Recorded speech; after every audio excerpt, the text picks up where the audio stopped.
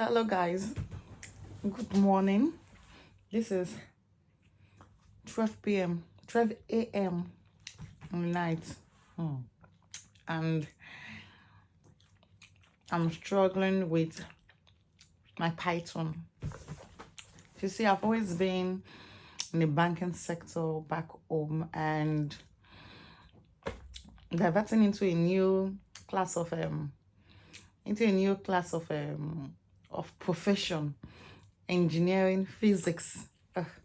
When I was younger, I ran away from engineering and physics class. In fact, physics, when I attended the class when I was in SS1, year 5 in secondary school, and I saw the pendulum, the this, the that. I ran away.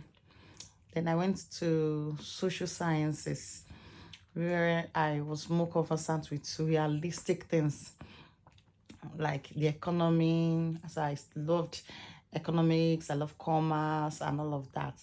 And along the way, I became a banker, practiced as a banker, got certified as a banker. So all my life since, I've always been social science till I actually came to the UK and I applied to study data analytics and artificial intelligence. Now, so it goes like this: artificial intelligence and data science.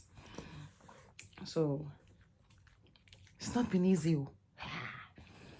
Right now, they gave us a previous assignment and it was like 30 questions. I started this working on it, trying to learn Python programming since I was given an offer to study A&DS, and I was more focused on it. I actually had a tutor introduce me to the courses and all that. So right now it's actually helping me because I can relate to what I'm being taught, even though it's a little bit traumatic. It's a little bit traumatic for me, but it's something I could manage. And because of the kids, the best time that I can actually read is in the night. So I start reading from 12 a.m. to 3 a.m, 3 hours every day like that. And because it's a new course, it's a new department, it's not something I'm used to, I don't think I would be able to work or use my 20 hours. I really don't think so, because if I start working and I won't have time to know this, and you know that the station is the goal. So this is me trying my best. I've gone on YouTube and I'm seeing people's content on Python, tutorials for beginners, 11 hours, 1 hour, like that, and I am so going for it. So what I did was to do an unlimited subscription of £50 per month, so that I'll be able to have access to the internet from home. I don't need to start doing those mobile subscriptions, so I can learn some of these things from people that already know it.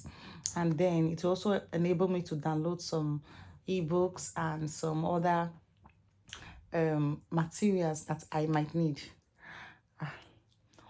And just wanted to keep me awake. I don't do coffee. I do Bounty chocolates, Doritos, and juice. Yeah, I know I'm going to get fatter, but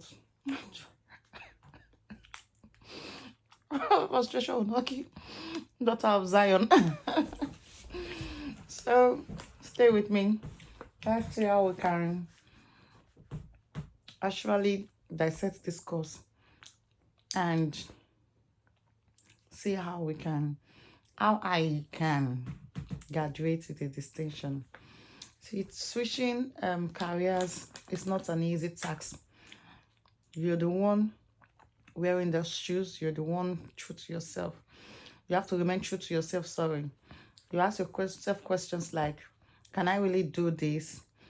Am I passionate enough for this? Because honestly, The only thing that is keeping me in this course, that made me even apply for it, is the passion. Then the next question you ask yourself, is it lucrative? Another reason why I applied for this course, even though it's not my, it's not my what's it called, specialization for of more than 15 years. The only reason why I chose this course was because it was on the short list. So they've got to be some kind of motivation. You are doing it for yourself. And if you feel the passion is not there, the remuneration is not there, you, as in, you are just not there. You just applied for the course for applying sake. Things are at stake. Your student visa is at stake. Your continuous stay in this country, in the UK, is at stake. Your career is at stake, because like there's no room for failure and all of that. It's either you want to do this or you don't want to do it.